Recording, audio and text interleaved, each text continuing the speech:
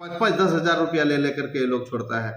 तो प्रथा चला हुआ है ये ऋण का, खास करके ये ग्रुप, ये महिलाओं का, और किसी के घर में घुस जाता है तो हम समाज के नौजवानों से कहेंगे कि इसको पकड़ के इसको सीधे मारे लाटे। क्या देख के पैसा देती है इन महिलाओं को? जिसके घर में खाने का खर्च नहीं है, ऐसे महिला को 3-3 ग्रुप लोन दे देती है। लोन लेकर के जो पैसा नहीं चुका पाई तो कितने महिला ये ग्रुप एजेंट के साथ ही भाग गई। कि आरबीआई का जो गाइडलाइन है, उस गाइडलाइन के हिसाब से वो ऋण दे महिलाओं को। प्राइवेट फाइनेंस जो लोग मोटरसाइकिल का ऋण देते हैं या और अन्य कार का ऋण देते हैं, तो वो जाकर के उनका घर का वेरीफाई नहीं करते हैं। कि आप ऐसा कदम ना उठाएं, अपने महिलाओं के नाम से ऋण ना दें। आमिर नवाज भाई, पहले तो आपका बहुत बहुत शुक्रिया कि आप इस ग्राउंड रिपोर्ट को उठा रहे हैं जिसको कोई पूछता नहीं। टोली का जो लड़का गुम हुआ था उसका नाम इश्तियाक था, उनका बाप का नाम शरीफ है, ग्राम टोली उनका घर है। और अभी उनके परिवार के लोगों से मालूम चला कि ये ग्रुप लोन ले लिया था और 2-3 ग्रुप उठा लिया है। अच्छा। और ग्रुप का जो वो एजेंट लोग है जो वसूली करता है, वो इतना दबिश बता इस पर किया कि ये घर छोड़ करके जो फरार हुआ तो पता ही नहीं चल रहा है कहाँ है न है। इसी तरह से अभी एक बहुत हाईलाइटेड मामला आया है बैसी में। नाहिदा खातून है बैसी ब्लॉक से, वो भी ग्रुप लोन लिया और रिकवरी एजेंट इतना दबाव बनाया उस पर कि वो फांसी लेके आप अपने जीवन को समाप्त कर लिया। जबकि छोटे छोटे बच्चे थे, उनको अभी बहुत दिन जीना था, उनको बच्चे को पढ़ाना लिखाना था, शादी ब्याह कराना था, लेकिन वो सब कुछ छोड़ करके इस दुनिया से चले गए।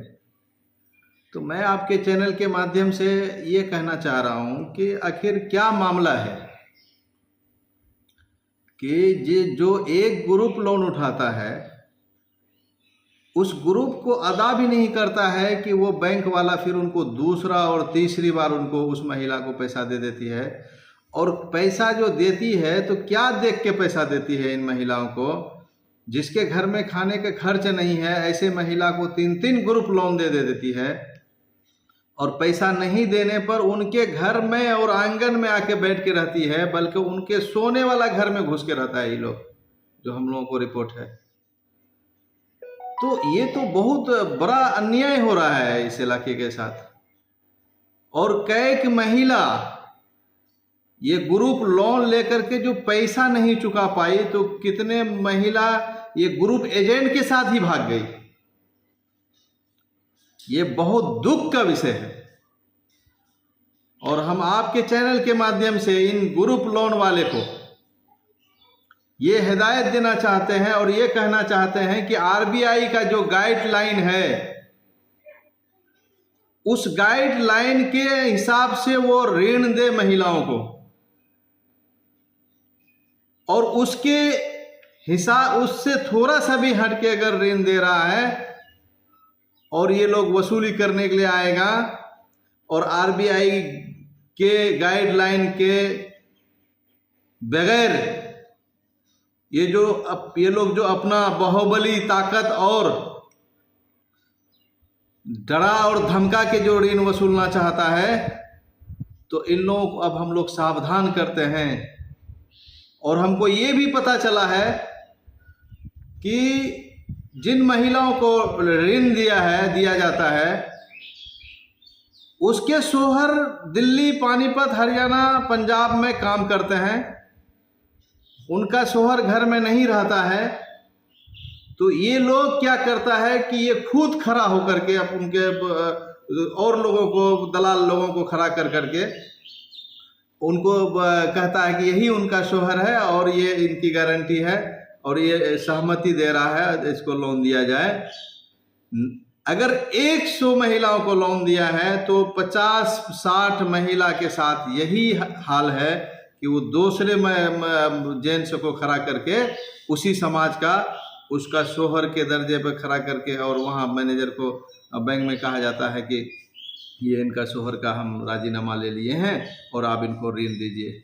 एक सवाल ये भी है मुखिया जी कि अभी कुछ दिनों से जैसे कि बाइक लोग लोन पर लेते हैं, एक किस्ती गिरती नहीं है कि चलती गाड़ी को रोड पर रोक कर, चाहे उनके साथ वाइफ हो, घर की कोई भी सदस्य हो, महिलाएं हो, बीच रोड से गाड़ी छीन लिया जाता है। ऐसे दुखद घटना लोगों के साथ बहुत ज़्यादा हो रहा है, इस पर आप क्या कहना चाहेंगे? ये मामला यहाँ पर ये है कि जो ऋण देने वाला जो बैंक है, जो प्राइवेट फाइनेंस जो लोग मोटरसाइकिल का ऋण देते हैं या और अन्य कार का ऋण देते हैं, तो वो जाकर के उनका घर का वेरीफाई नहीं करते हैं जी। वो जाके ये नहीं देखते हैं कि ये आदमी को जो हम मोटरसाइकिल ऋण में दे रहे हैं, क्या ये आदमी पैसा ऋण चुकाने लायक है या नहीं है। और ऋण तो जैसे तैसे हुआ, जो 10-20 हज़ार रुपया रहता है उसके पास, उसको बेहतरीन ढंग से पठिया के उसको जाके उसको ऋण करा देता है और इसी उम्मीद पे कराता है कि ऋण दे देंगे, अगर ये किस्त नहीं देगा तो इसका गाड़ी हम छीन के लेके चले जाएंगे।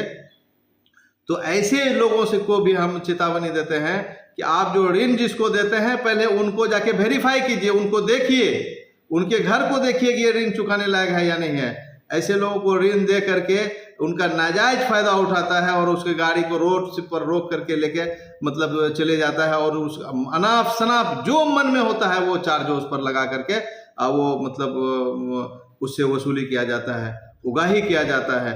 और बाद मौके से ये पता चला है कि 5-10 हज़ार रुपया ले लेकर के लोग छोड़ता है। तो ऐसे लोगों को कहेंगे, खास करके हम अपने समाज के